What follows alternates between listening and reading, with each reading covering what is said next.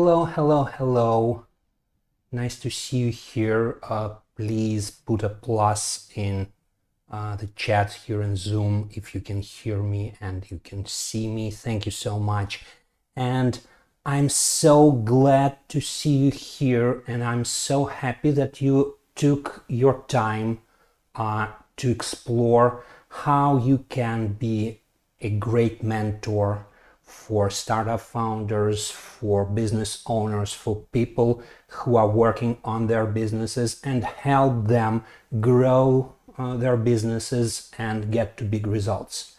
My name is Eugene, and today and tomorrow and the day after tomorrow for 3 days, about an hour each day, we'll be talking about how you can create high-ticket, long-term relationships with your clients and bring them to great results. Just last week, a few friends of mine had to close their startup. It was a very promising startup, a very promising business. In about, I don't know, maybe 6 months from the launch, they went up to $1 million per month in revenue. But then some mistakes were made, some things happened out of their control, and eventually they didn't make it. A few months before that, they already understood that they are running out of cash, and so they started a mentorship program for other entrepreneurs. They started helping entrepreneurs with marketing and sales, and I know that those guys can do magic with marketing and sales. But then when they had to close and they had to do that because they invested all of their money, including the money from the previous exit, into this business, and they needed money just to pay their bills, and that the money that was left after paying the bills, they also put into this business. But eventually they didn't make it. And the day after they announced that they are closing this business, I've read somewhere on Facebook something like that. How dare they mentor and coach other entrepreneurs when their own startup was not that successful? They really do magic with marketing and sales, but still that. If you are doing something with mentoring startups, mentoring entrepreneurs, helping entrepreneurs do their magic with their own businesses, you've probably seen something like that on the internet. Don't ever pay for mentorship. Mentorship should be free. Not that I get it. I don't really get why people should not pay for mentorship, but that's a very common thing. That's a very common idea you can hear, you can read on the internet.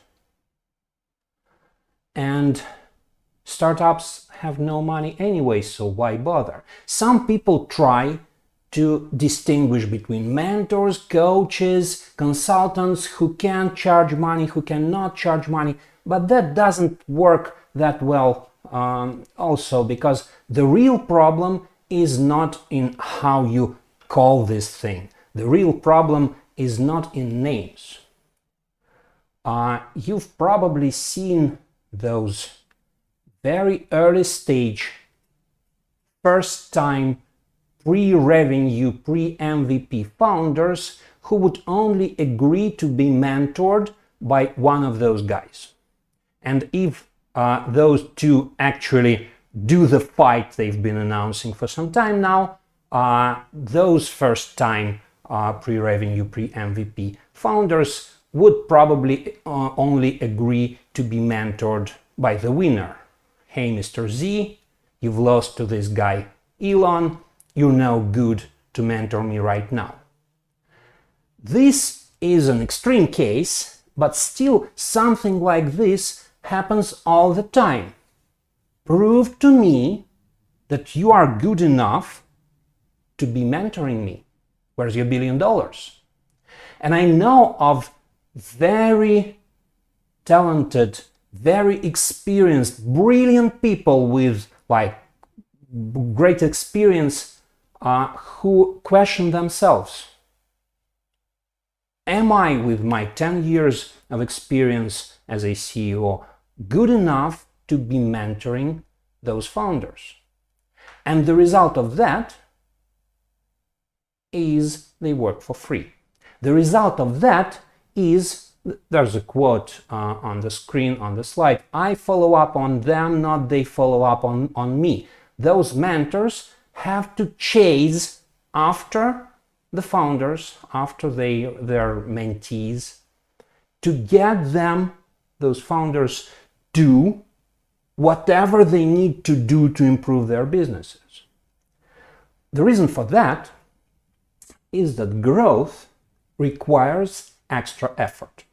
This extra effort the founder should do after they cannot do anything else, after they exhausted. Extra effort beyond what's possible.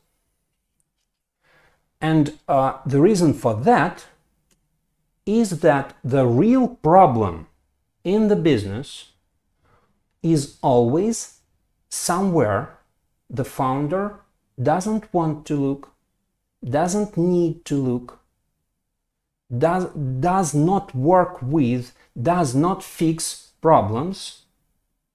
And that's where the problem actually grows. They do a lot of things elsewhere in different areas of the business. They fix things there, but in this blind spot, the problem grows and grows, and it becomes the main problem in the business that's not visible from the inside. And if you, as a mentor, did your work and found this problem, and you agreed with the founder that they will do something in this area, it would mean that they would need to get out of their comfort zone to do that. And if they are not invested in this work with you, most probably they just won't do that. So the easiest way to make them to have them invested in this work so that they do something is to charge them. That's not the only possible way, but still the easiest one, to charge them a reasonable but a little bit painful price. There are other things you can do. You can get something, you can get some equity from them or something else, but still they have to be invested. The way to do that is not to be a mentor, because mentorship should be free. I'll get back to this idea of not being a mentor and explain why don't be a mentor. But first, I'm Eugene. I've been helping entrepreneurs grow their businesses for almost 15 years now, since even earlier than 2010. And I've helped over 1,000 companies, and I have a conversion from those companies to a unicorn that's greater than 0. It's very low. I needed much higher, but still it's not a bad result. It's better than it's greater than 0. And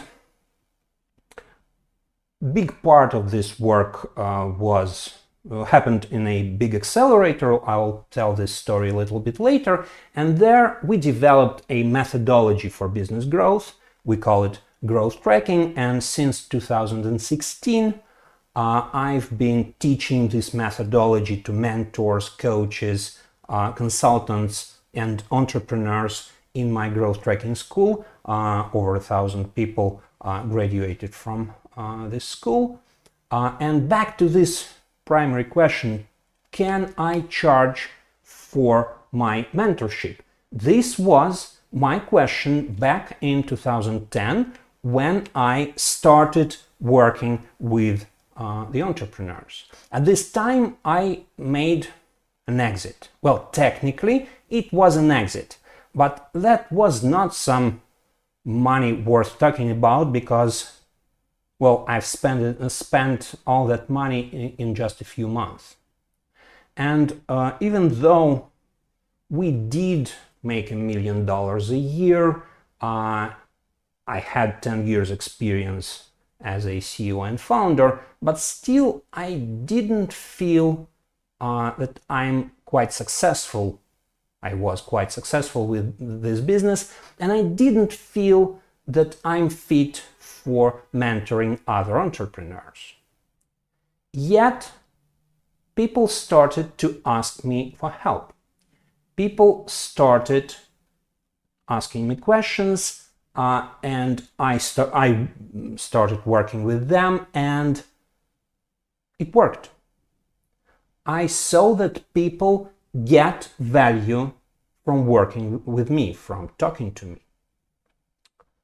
And I liked it. I like helping entrepreneurs. But remember, I've spent all the money, and mentorship should be free. So, what to do?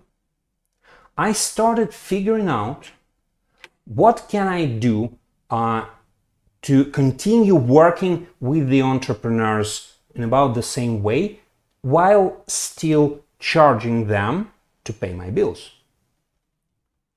And I found a thing that I was doing back then for a couple of years, and then I stopped doing that, but it worked. I know people for whom it works now.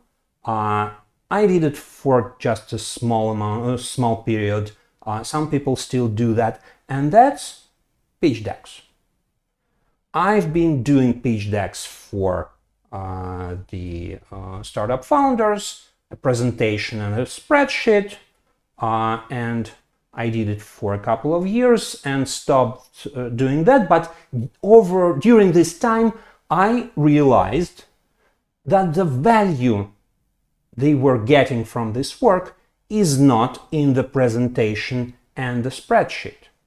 Because the pitch deck is a form of business diagnostics. And the value is not in the spreadsheet and the presentation, but rather in the transformation the business is undergoing when we are working on this presentation.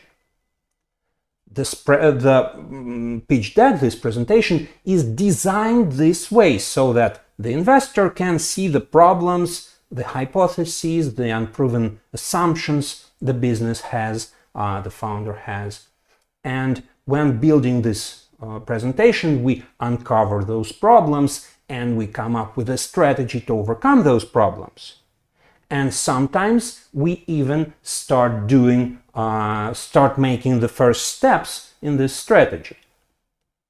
And isn't that what accelerators do? Accelerators diagnose the business, help them create a strategy to overcome the problems, and make the first steps in this strategy so that the business becomes investable. So what did I do? I took a few companies that I've been working with at that time, and I declared them my first batch of my accelerator. I didn't proceed with this. I didn't actually start this accelerator.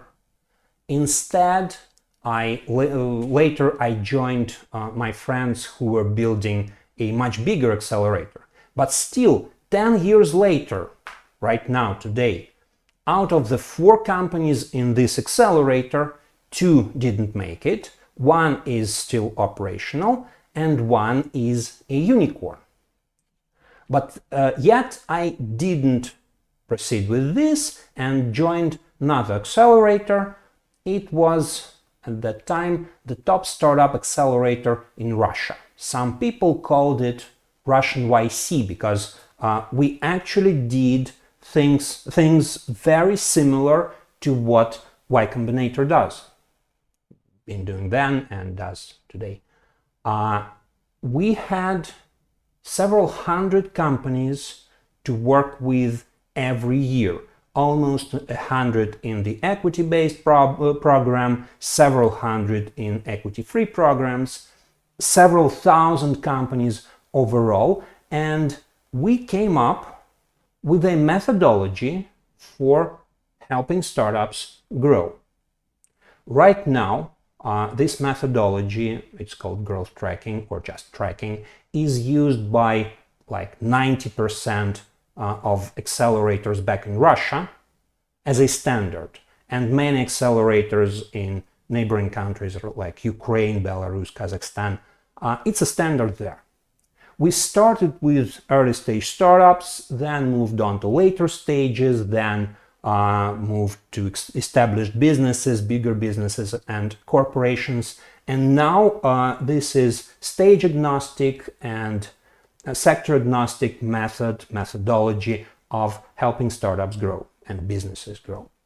And tracking for many people in Russia, I'm not in Russia right now, I live in Lisbon, but in Portugal, but this thing happened in Russia. Many people there identify themselves professionally as trackers. It's a new profession, and I was the first to identify myself professionally as a tracker. And since 2016, I started teaching this methodology to entrepreneurs, and over 1,000 people graduated from this growth tracking school. I like following the company from the very start to throughout its entire life cycle to some form of success. For example, with InDrive, this company that was one of those 4 in my accelerator that never happened, with the founder of this company. InDrive is a ride-hailing app, taxi app. With the founder of this company, we first created this pitch deck, and then for several years he was turning down every term sheet he received from VCs, and we continued working with him for 4 years. I was working with him as a tracker. Then he got his first big VC round, and 3 or 4 years later, he was already a unicorn. It's now second to Uber by the number of downloads among ride-hailing apps. This next company, I didn't work with him, with the founder from the start. He came to me asking for help in focusing. He needed to focus, and we started to figure out what he needed to focus at, and it turned out it was selling the company. And this is quite a complex process because you have to juggle several things. You have to work on the actual buyer's funnel to find someone who will buy your company and work on the deal. And if you are selling the growth, then it means you have to continue this growth so that you can sell this growth and not lose the valuation. And at the same time, you have to delegate the management in the company to the team so that you can actually exit after you make the deal. And he was working on those 3 things, and after several months, I've read, it took him a lot of time, but still, I've read an article in Forbes about this deal. It's a good feeling to read an article in Forbes about the thing you've been part of. Next guy, we were working with him right from the start of the business couple of years ago, he tried to sell this business. It didn't work because of market conditions changing, and he turned it into a dividend business, and now we are working with him on his new startup accelerator. So, how do you achieve great results as a mentor and bring those great results to your clients? Many people rely on their expertise to do that. And back when I started working on this thing, started helping entrepreneurs, I had my expertise. It was expertise in IT. I was a CEO and a co-founder in an IT outsourcing company for over 10 years. I had a book on IT outsourcing. I had courses on IT outsourcing. I was sick of IT outsourcing. This thing with pitch decks helped me to move from selling this IT expertise to working on the whole business with the founders and CEOs. To big picture.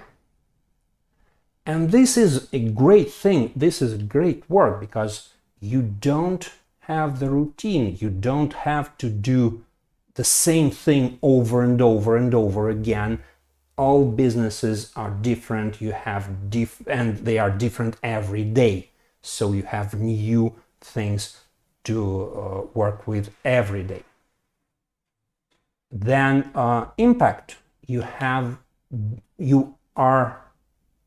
The things that you do have big impact on the business you are working with and on the world around this business and around you. And you create meaningful change, you create relationships, and you have a chance to help create something very big. So back to the expertise. I know a lot of people who want to get out of this narrow expertise to the big picture. For example, I've been talking to one mentor. He's a wizard with data science. And every time he tries to talk to people about their go-to-market strategy, what he hears is, "Don't worry, we'll figure it out, we'll take care of that. Please tell us about your data science." He is being dragged back to this expertise all the time. Another problem here is that I have this friend and student of mine. She's running her marketing agency for some 8 years probably, and she has been working with one client for many years who doesn't let her in to the numbers. She makes marketing for him, but she doesn't know the sales figures in his business. She's doing marketing but flying completely blind. I think after taking the course, the Growth Tracking School, she probably fired this client. Not sure, didn't ask, but wouldn't be surprised of that. But still, it's not a good idea to do something to the business without seeing the big picture. The problem may be outside the area where you are an expert. For example, one other marketing case from a different mentor and consultant, she generated leads for the client, but the sales at the client's side did not call any of those leads. And she lost the client because the client didn't get the result. It was not her fault, but it was her problem. The budget was over, the project was over, everybody's unhappy. And another thing with projects, When you show them the problem, you sell them the project, you fix the problem, and you're out. Because when you are done with this problem, next problem means different expert. They see you as a narrow expert. And it's still expertise with everything that's not that good about expertise. And another thing, when people work, consultants work on the project basis, sometimes during the project, they don't have time to work on their own marketing and sales. And then because they are running to a deadline. And then when the project's over, there's no next project to work at. And they start their marketing and sales and sit with no money during this time. And this leads to low rates, this leads to short projects, this leads sometimes even to the free work that doesn't work, as we know already. Mentoring startups, mentoring entrepreneurs, coaching entrepreneurs, whatever you call it, can be your main job, can be your primary source of income, or it can be just a side gig. And it's not just about startups. Every business needs to grow. It can be a dental clinic, it can be a restaurant chain, it can be an IT company, anything. They all need to grow. And so working with them, helping them grow, may be your job or maybe your side gig that brings you a lot of results, that brings you a lot of good emotions. And for that, to bring those results, to have this your main gig, or to sell, or to have this a working gig for you, you need to have this practice, high ticket and long term. Because low prices means low engagement. Low prices short term, when you have smaller products and always need to find new clients, it would mean you need lots of marketing and sales. And you work on your own marketing and sales instead of working on your clients' businesses. This is usually more of an educational business and not a consulting or mentoring business. And that's okay, it's a good business, but it's a different one. The same with the narrow expertise. If you sell projects, you sell your own hours, which is not very scalable, or you start building an agency to sell other people's hours, which is a different business. You work not on your clients' businesses, but on the business processes in your agency. If you want to create a high-ticket long-term relationships with your client, you usually need to work with the whole business. You usually have to work with their entire strategy. If they come to you with some problem, usually just fixing this one problem won't do them a lot of good, won't do them much good. Because once again, the real problem is in the blind spot. To find this real problem, you need to look at the entire strategy, at the whole business. You look at their big goals. How do they plan to get to those goals? The strategy. What are the problems in this strategy? Then you help them realize the problems in their strategy, and you start to fix them or help them fix these problems in the right order. Even you still focus on the expertise.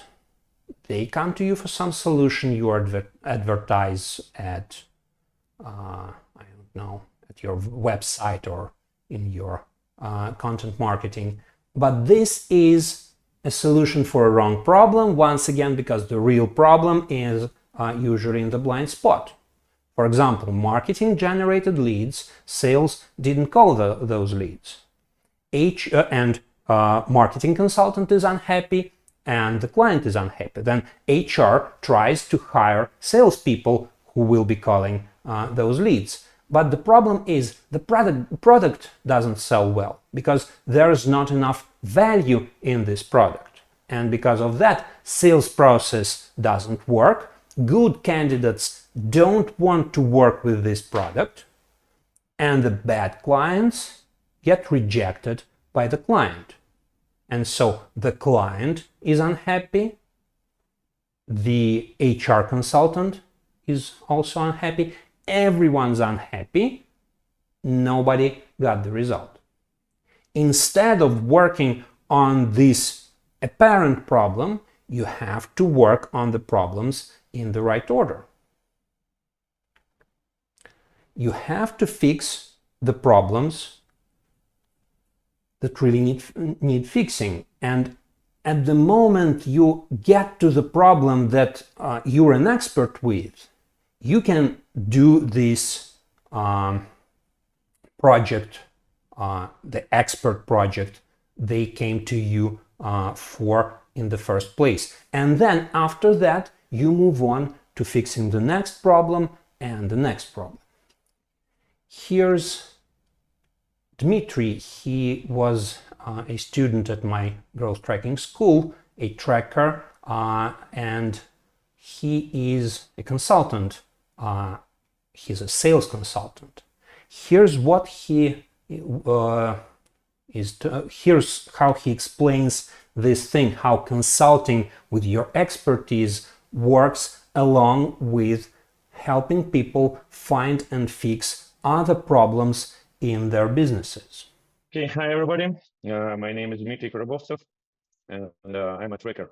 I'm having the experience more than 10 years working in different IT companies and corporations globally, from Microsoft, Google, HP, also Yandex and others.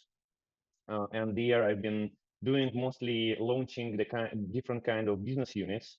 All of them were about the sales, different kind of sales. It's a direct sales, it's a channel sales. 5 or 6 years, I'm working with different kind of startups, helping them also building sales. Each 2 or 3 years, I make a stop and asking myself how I'm going to grow next 2 or 3 years of my life. Could I earn the same amount of money or higher doing what I like?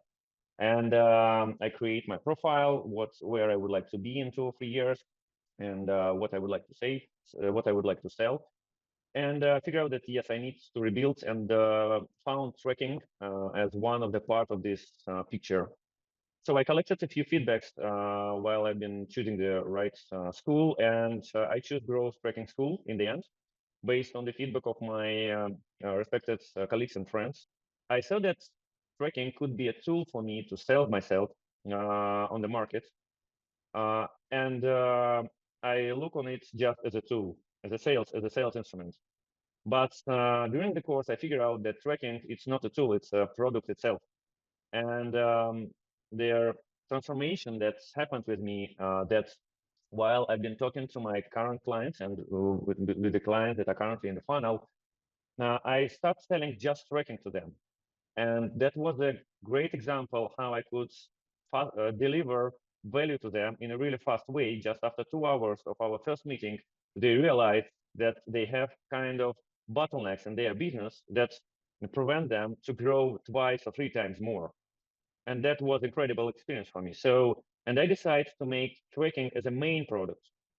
And as the next part, I figured out that in those kind of projects, I could upsell my own experience as a guy who is experienced in sales, even on a higher price. Because the first product is already sold. If you already sold your first product, then you open the door for upselling these clients. And when we talk about the kind of niche experience where you are a professional, so then this is kind of unique knowledges that you could transfer to your client to help them to solve their exact problem, and they understand it and they are ready to pay because you already show them the value that you could bring by tracking. Here's why it works. Every business at every moment in time has exactly one main limitation, main bottleneck, main constraint on its way to growth.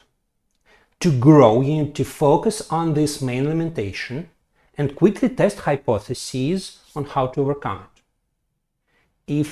This is taken from the theory of constraints by Eli Goldratt. If you didn't read this book, The Goal, please read it. It's quite short and you can read it very quickly. It's one of the most important business books published in the 20th century. Here's an example of how it may work. One student at the growth tracking school, at the last batch of the growth tracking school, she was working with a leasing company, small leasing company, and for some reason, I don't quite remember the reason, but that's not very important, they needed to grow sales just to survive. And the founder was doing very important stuff needed to grow the sales, like he was working on being compliant to some new regulations, and he was working on getting more financing to fund the leasing for his clients and so on. But then when they started to look at their sales funnel, they found out that in order to get to the sales goals they had, and they had some specific sales goals, they would need to increase the amount of sales they are doing per month quite a lot. And they knew how to get more leads to put into this sales funnel, but then it was going those leads were going to be stuck at the next step with the sales guy. There was one sales guy, one salesperson who wouldn't be able to handle all those leads.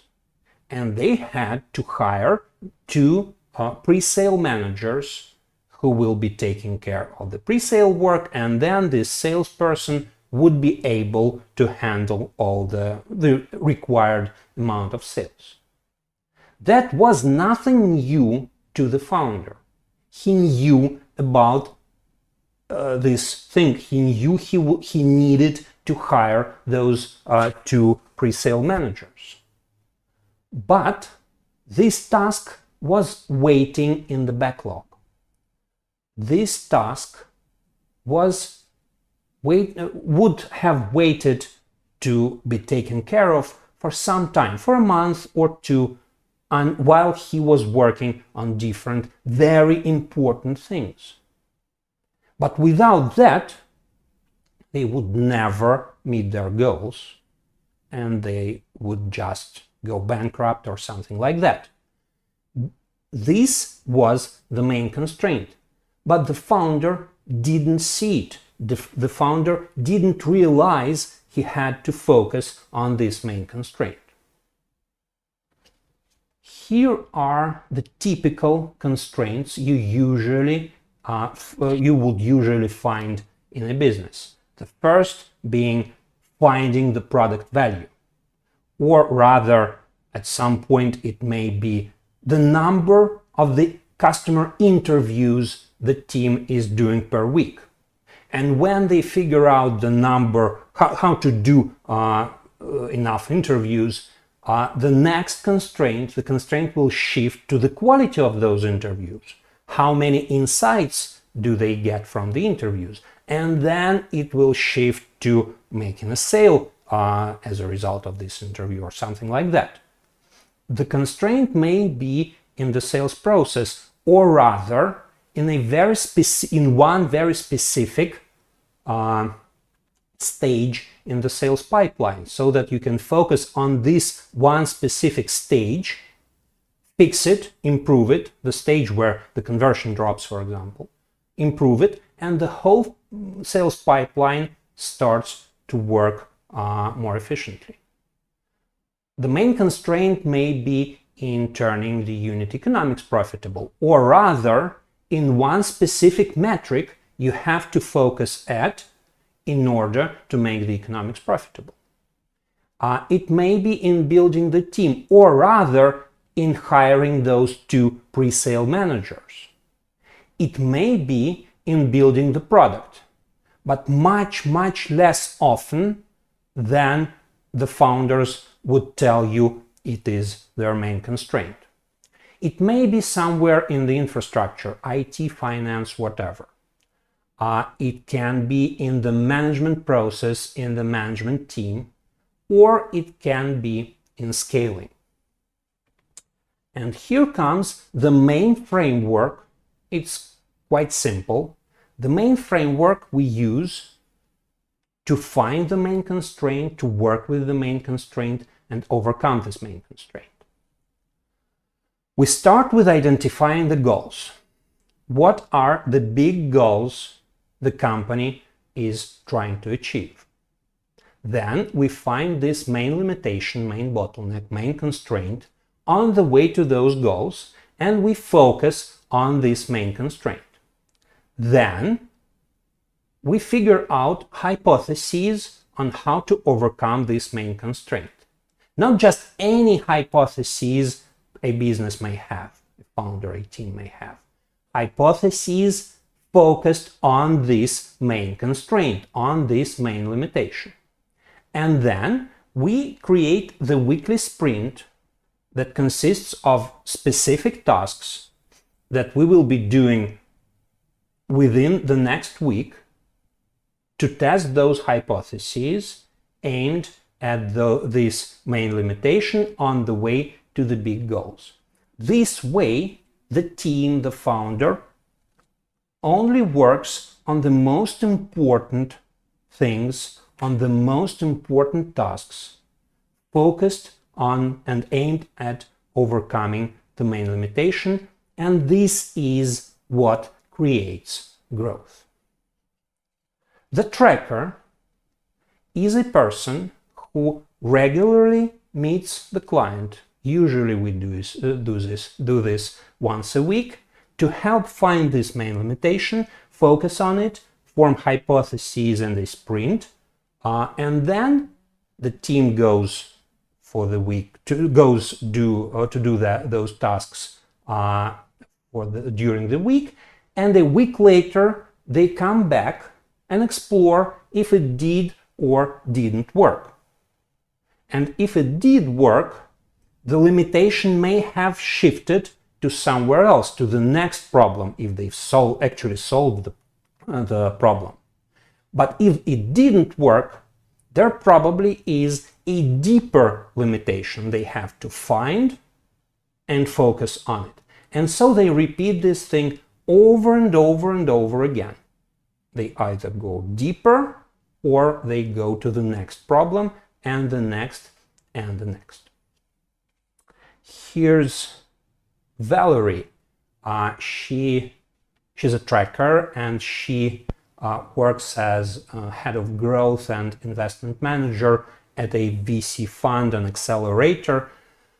And here's what she tells us about how the main problem with founders is their distraction from this main problem they have on the way to their growth.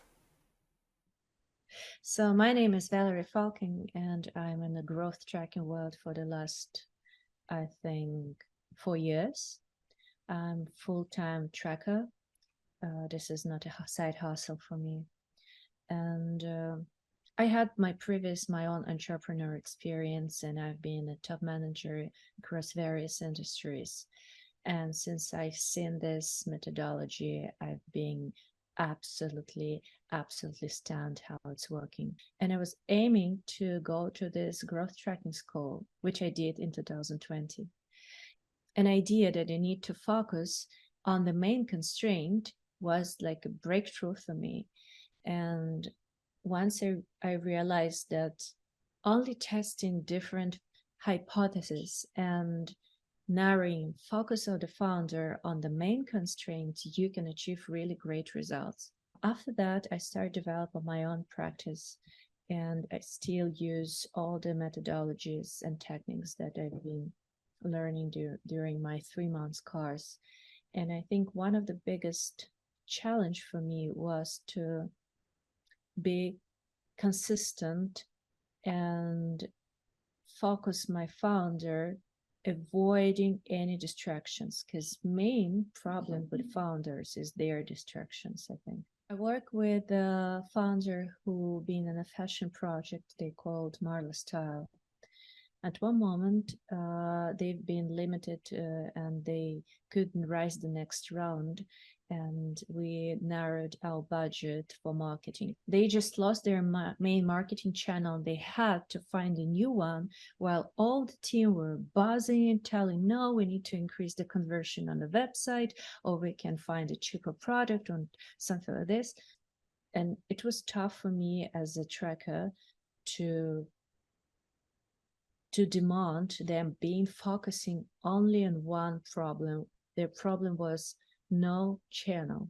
So in 3 months of dedicated work, we increased numbers of our acquisition even more compared to our paid traffic that we had with just free traffic. And I think that was a big deal for the team, because they see how dedicated work can bring them results. Here's who can benefit from growth tracking. First of all, it's entrepreneurs, managers in the companies. It's consultants, mentors, coaches, investors, and corporations. For entrepreneurs, the first thing is to use tracking in their own company, to work with the whole business or to work with different teams, departments, or products within the company. This allows them to delegate responsibility to middle management, to the teams, and create more autonomous teams that achieve goals faster and bigger goals. Another way for the entrepreneurs to use this is to work with other entrepreneurs on their businesses and learn from them. Learn from other people's mistakes and get paid for it. Because sometimes you can learn on your own mistakes, but working with different people and seeing how they do their business, how they do their businesses, what are they doing, looking at the strategies, patterns, hacks, you can figure it out for yourself and you can bring something to your own business. Sometimes it's possible to work with a larger business, with a founder who's one step ahead of you and not one step behind you, because you will be providing them this process of focusing and quickly testing hypotheses. These will be the value the founder is getting from you, and not your expertise, your experience, something that you tell them how to do. And you will see what's ahead of you in your own business in 3 years, in a year, 3 years, 5 years, whatever. I know a lot of people who entrepreneurs who work with other businesses, and for them this is a way to learn how to do business, and for many of them, it's an alternative to MBA. I hear people telling this is better than MBA. And one more thing, for an entrepreneur, it's a way to establish a consulting practice if it's what they want to do as their business, or to start investing. For consultants, tracking is the way to work with the business as a whole, not with the small part of it. and not to lose clients when the problem is outside of your area of expertise. And it may be a new tool, a new product that increases the customer lifetime, that helps you provide more value to clients so that their businesses grow faster and to gain access to bigger and better clients. For coaches, all the same applies, and for a coach, it's a way to not only work with what's in the founder's mind, but to work with their business, with the real numbers, real processes, real results in the business. Not what the founder thinks about the business, but what's really happening there. And this way, the coaches provide more value to the clients. It's a form of executive coaching, and of course, this costs more. For investors, VCs, angels, venture builders, accelerators, this is the smart money. This is what smart money is. When you help the businesses in your portfolio grow. By using growth tracking diagnostics as part of your process of selection of companies, you can improve your deal flow. Some people use diagnostics or sometimes several weeks of tracking as part of their due diligence process, because you see what's really happening there in the business when you work with them this way. And of course, it's a way to accelerate your portfolio. And for the corporations, the first thing is always to create their own the corporate accelerator and to use this methodology in the corporate accelerator, in the transformation teams, innovation departments, and sometimes in the regular management at various levels. Accelerate new products, launch new products, speed up strategic projects. So, summary for today. You can create high-ticket, long-term relationships with your clients and bring them to great results. For that, you work with the founder, with the CEO, on their business as a whole. And the process there is to find the main bottleneck on the way to growth, focus on it, fix it, quickly fix it, and move on to the next, and the next, and the next. And that's how the business grows. And for that, we use the growth tracking framework. We identify the goals, find the main constraint, focus on it, and quickly test hypotheses by running the weekly sprints. Tomorrow, we will talk about the obvious question here: how to find this main bottleneck, this main constraint. I will tell you about the 4 main ways to do that. And then the next question, what if I don't know how to fix this bottleneck? What if I don't know what to do with that, with it? I will tell you what to do if you don't know, if you're not an expert with this thing, and I will talk about why you should not be a mentor.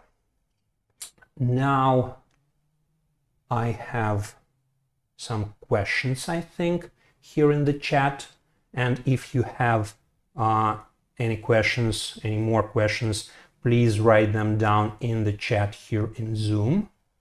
Let me scroll up there. There were problems, technical problems on LinkedIn. Sorry about that. LinkedIn didn't work for us today, but we will figure it out for tomorrow definitely. And here's Elgan. Sorry if I'm not spelling the name right, correctly.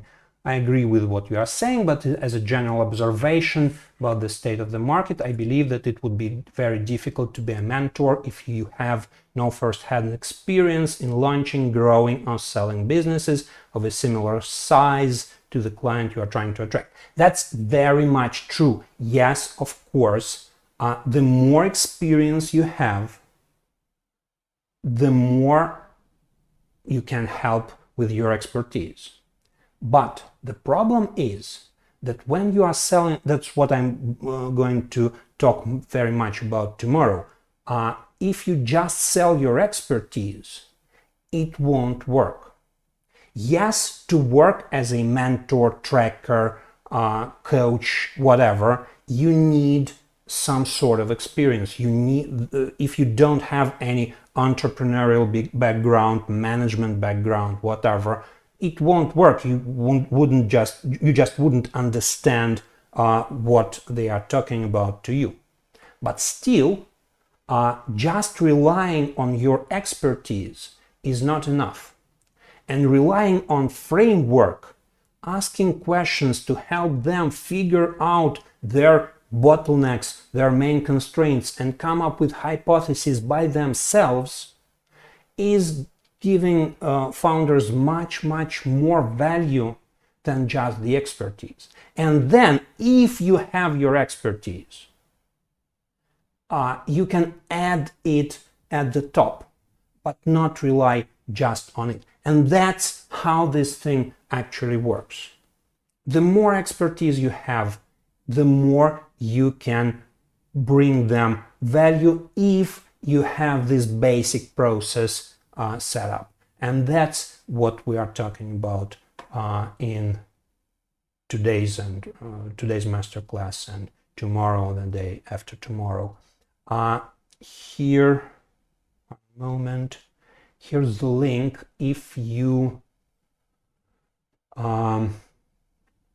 have already registered with us and you are on the Zoom, you will have not this link but another link.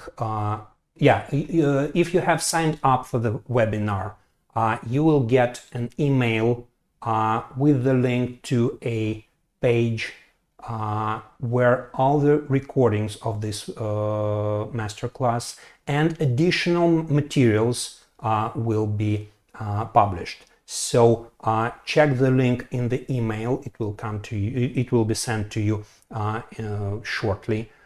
If you didn't sign up for that and just came directly via a Zoom link, go to this link on the screen, register for tomorrow's event, and get access to this area where the recordings will be, and we'll publish a book there, an ebook about growth tracking, and some tools that I will talk about the day after tomorrow, I think. And now back to the questions. Weird thing about consulting is that sometimes these people don't hire someone that bring results, they hire a different perspective, right? Because outsiders have different ways to look at the things, and that has value, right? The main problem is always in the blind spot. That's how it is designed. That's how it works. Because if there is a blind spot, and there always is some form of a blind spot, then this is where the problem grows until it becomes the most important problem in the business. And the outside view with a framework allows the founder to quickly overcome this problem and grow their business. First, Alexandros writes, Eugene, you are right. First, we must help the owner to bring up his own expertise and insights. Yes, thank you very much. That's right. That's what I'm talking about. We always have to rely on their own expertise. They are working with their business 24/7. You are seeing their business 1 or 2 hours a week, or maybe the first time. How the hell do you know what should they do? How the hell can you apply your expertise, your great, I'm sure of it, great experience to their business without them forming a good request for help. The day after tomorrow, we'll be talking about how to form this request for help, how to create a strategy in which they have a request for your expertise. So yes, you need expertise. No, it's not the primary thing. Yes, it works. It's crucial in lead generation. When you do lead generation for consulting, you will do it based on your expertise in most cases. But then the expertise stops working for a lot of time. And that's what we are talking about here. If you have any other questions, please ask away. And if you don't have other questions, here's the link to signing up for the next.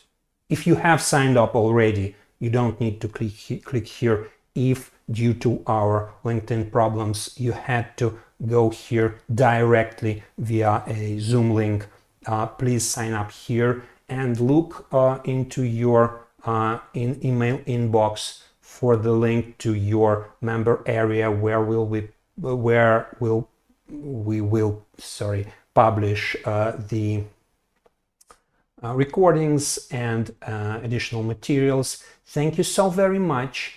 I'm so glad to have you here today, and I hope I'm looking forward to seeing you tomorrow. Same time, same link.